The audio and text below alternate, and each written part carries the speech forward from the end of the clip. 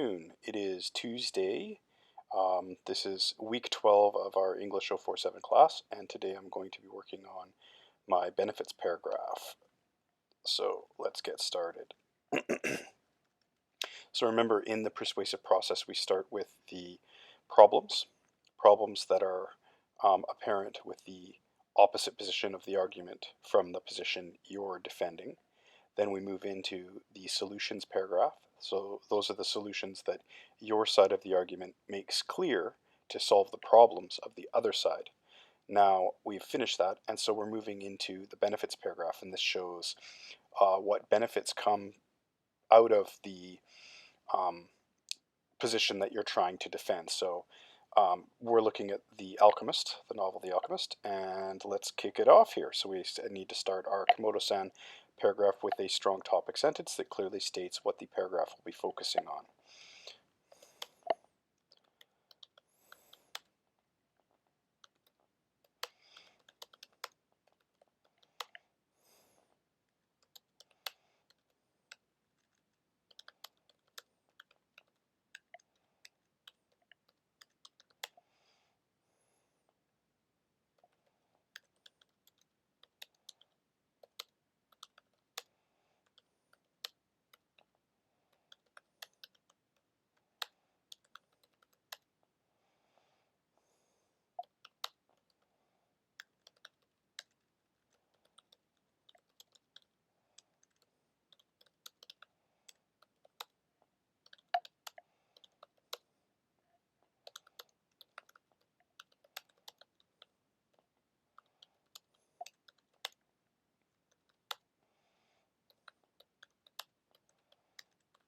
All right, so my topic sentence. As Santiago moves into the desert, the most difficult section of his quest lies before him. Academic sentence, semicolon, hum tetania, comma. However, by struggling through these tough times, the benefits of pursuing his PL become clear. PL stands for personal legend. So that is a clear topic sentence. It tells the reader exactly what I'm going to be trying to prove with evidence in this section of my essay.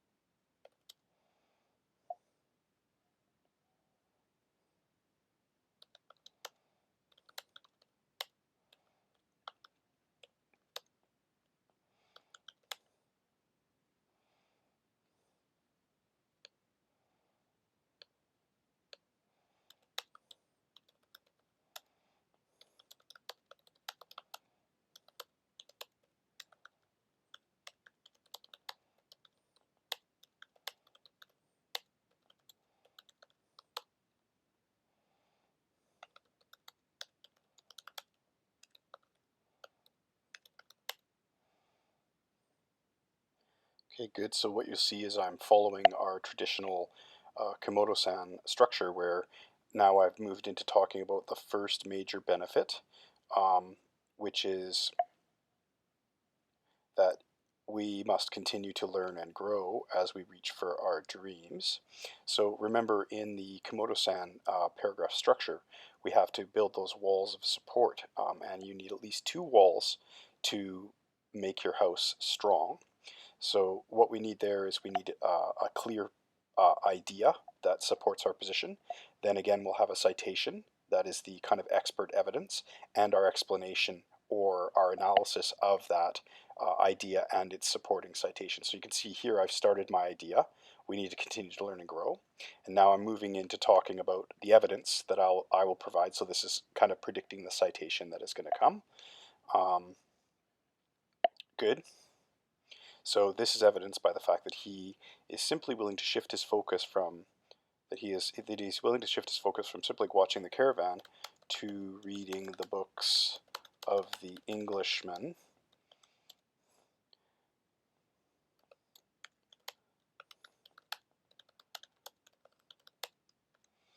And so then I'm going to put in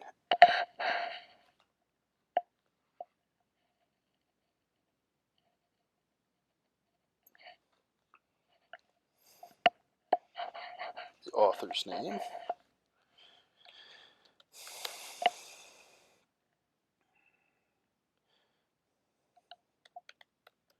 And even if you don't remember the exact page number that you're going to cite, you can still put the citation in there as a placeholder and then just put page number. We'll go back later in the editing process and I'll find the specific page.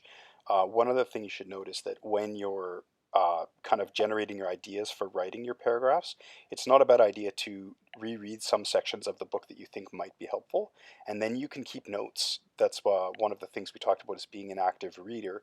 So you can keep notes on the side in a physical notebook that you can then refer to while you're writing the paragraph, so it can speed up this process.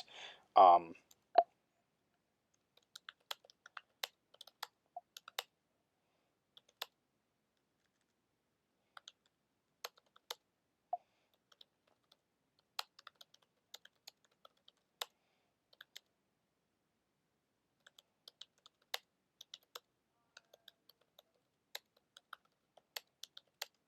so there we go. As stated, um, we've got our idea sentence or concept sentence.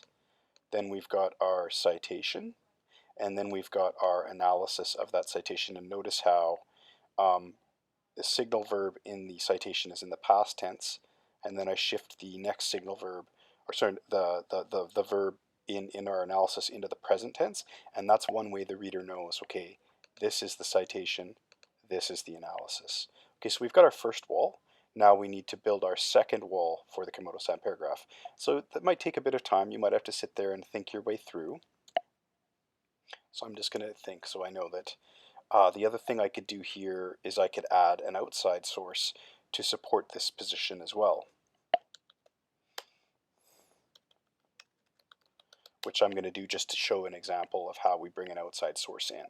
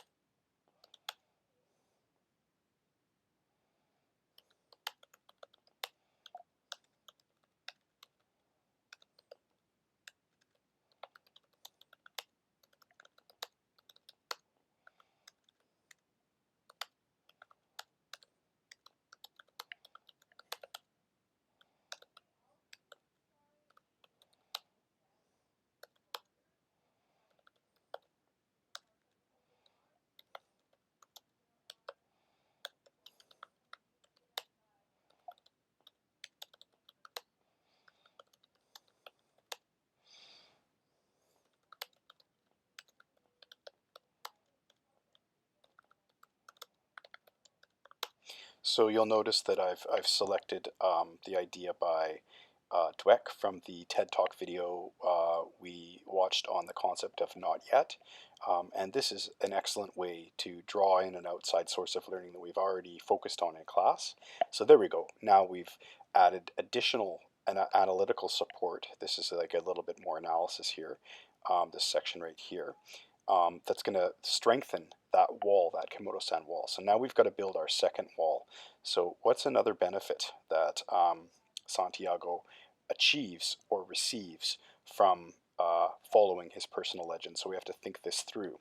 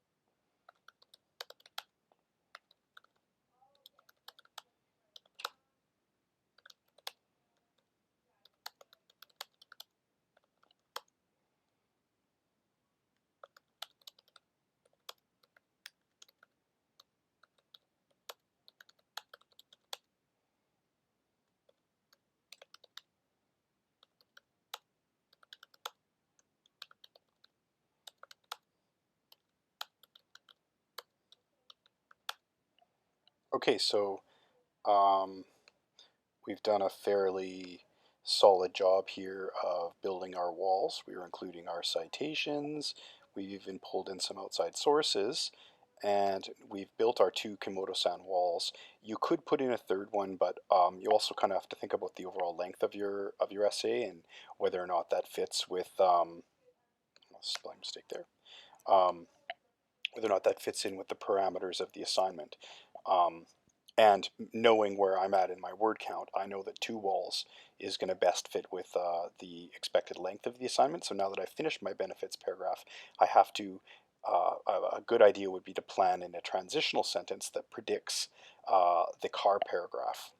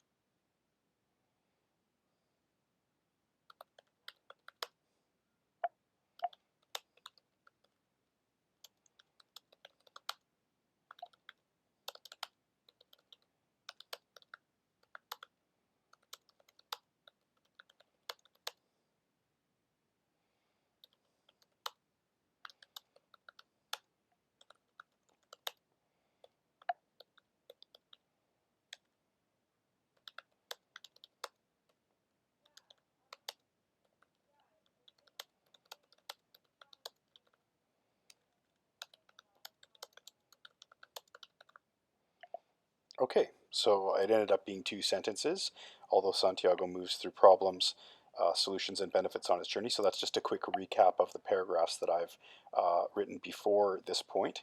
It would be foolish to assume that all humans can replicate his success. So now I'm hinting at the opposite side of the argument we've been positioning. In fact, within the story, there are many examples of humans who seem perfectly satisfied with simply settling for the gray days of a normal life. So that predicts the position that I'm going to show within my car paragraph and then ultimately destroy. But that will be for tomorrow. Okay.